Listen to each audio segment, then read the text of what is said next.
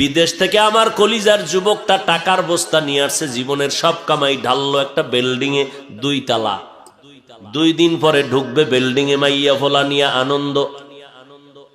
মাওলার সিদ্ধান্ত পারবে না। রাতে ঘরের বিল্ডিং এর কাজ চলে, অন্য ঘরে টিনের ঘরে ঘুমায়। খাটের মধ্যে আল্লাহর বান্দা যুবক, পার্শ্বে স্ত্রী, পার্শ্বে একটা কন্যা। তুফানের মধ্যে একটা বড় গাছ শিকড় শুদ্ধা উপরাইয়া এসে টিনের ঘরে পড়ল, বুকে চাপা লাগলো, 3 জন নাই।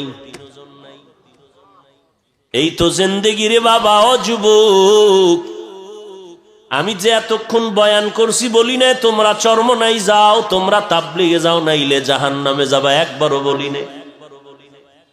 2টা স্লোগান কলবে ঢুকাইতে চাই।